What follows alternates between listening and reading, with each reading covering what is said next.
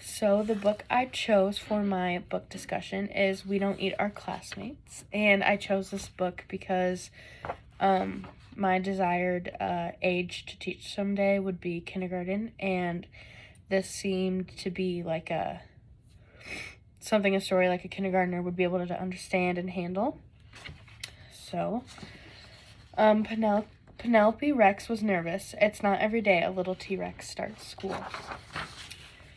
What are my classmates going to be like? Will they be nice? How many teeth will they have? This was very important. Penelope's mom bought her a new backpack with ponies on it. Ponies were Penelope's favorite because ponies are delicious. Penelope's dad packed her a lunch of 300 tuna sandwiches and 1 apple juice.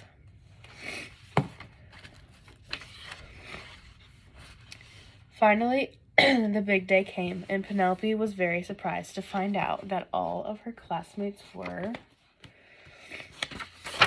children.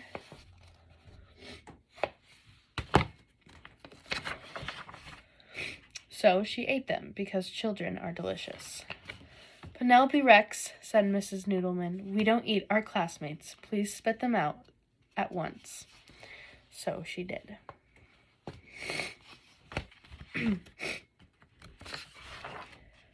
It was not the best way to start school. Still, Penelope was determined to have a good first day.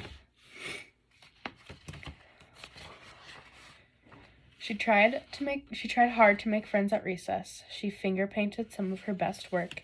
She even saved Griffin Emery a seat at lunch. You can sit here, she says.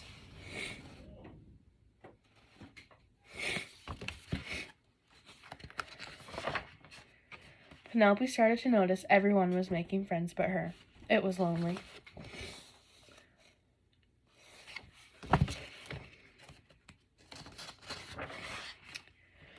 When she got home, her dad asked about her first day of school. I didn't make any friends, Penelope cried. None of the children wanted to play with me.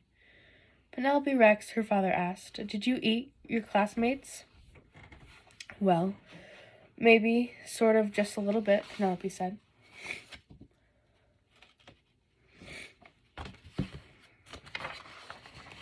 Sometimes it's hard to make friends, says her dad, especially if you eat them.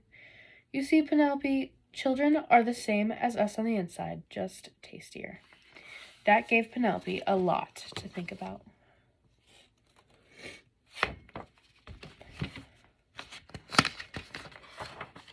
The next day, Penelope tried really hard. But poor Penelope could not stop herself from eating her classmates. Mrs. Noodleman, Penelope ate William Adamo again. And they were all afraid of her. Except Walter. Walter was a goldfish. So Penelope tried to make friends with him. Will you be my friend?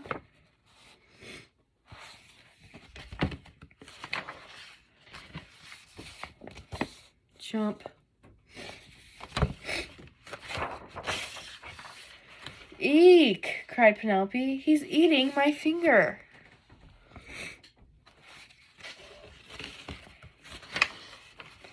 Once Penelope found out what it was like to be someone's snack, she lost her appetite for children.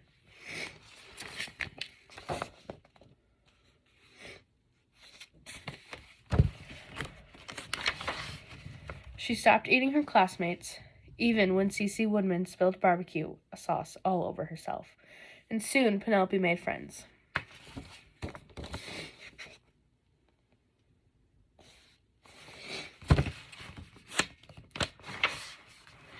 Now, even when children look especially delicious, she peeks at Walter and remembers what it's like when someone tries to eat you.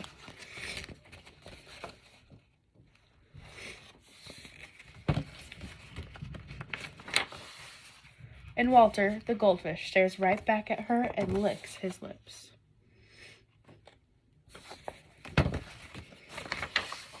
Because dinosaurs are delicious.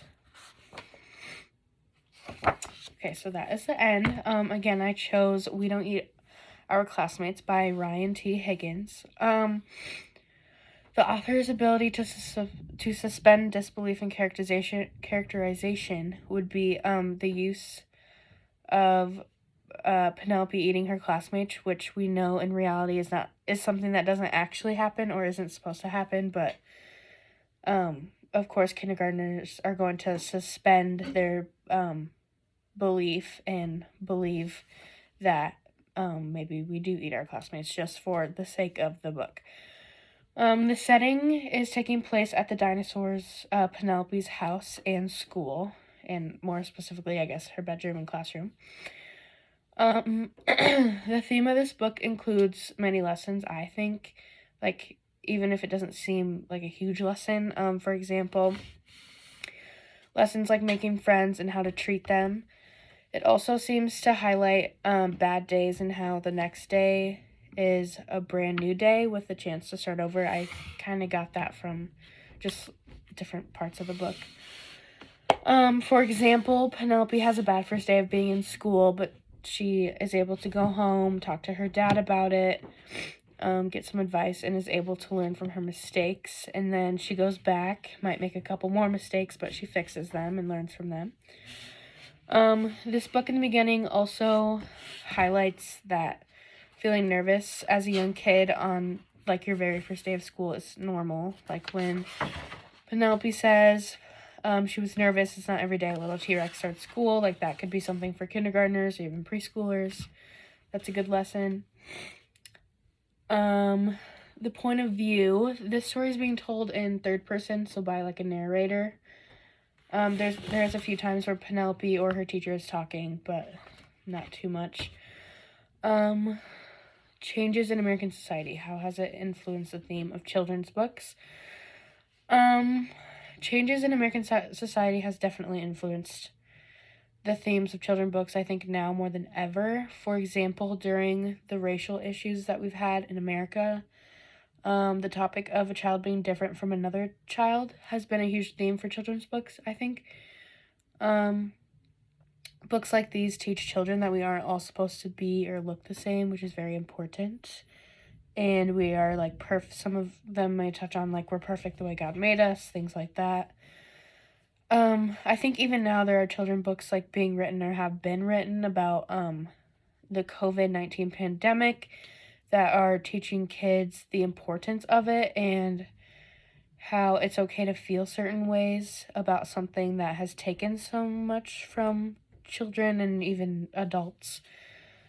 I think these kind of books are very important for children as they grow and adapt to the changes around them, especially, like I said, pandemic, racial issues, just things like that. I think it's really important that kids are, no matter what kind of book it is, chapter book, children's book, it's good to introduce them to these kinds of things. And that is all.